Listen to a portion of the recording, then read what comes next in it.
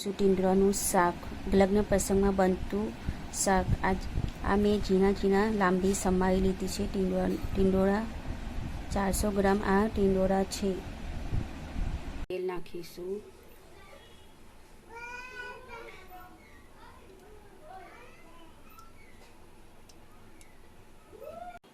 હવે આપણે આમાં સૌ પ્રથમ રાઈ નાખીશું.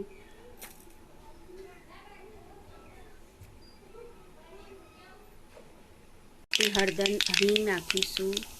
પછી હળદર નાખીશું. સહેજ લાલ મરચું નાખીશું. હવે સહેજ સોડા નાખીશું.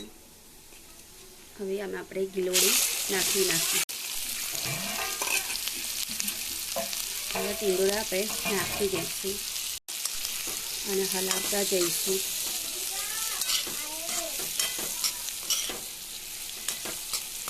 આપણે હલાવતા જઈશું.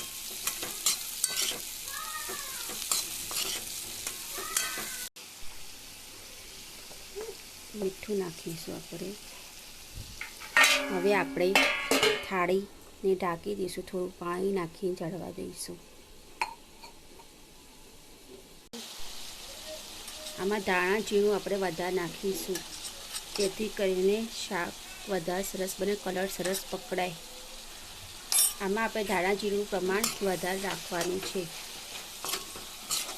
શાક થાય છે અને કલર પણ સરસ પકડાય છે. હવે આપણે ફરીથી હલાવીશું.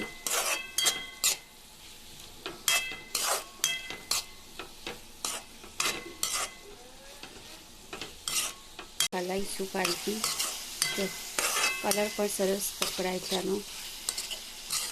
એવું જ લગ્ન પ્રસંગમાં બનતું આપણું શાક આજે આપણે ઘરે બનાવીએ છીએ અને કલર પણ સરસ મજાનો આવી ગયો છે. અને આપણે સરસ મજાનું શાક તૈયાર થઈ ચૂક્યું છે.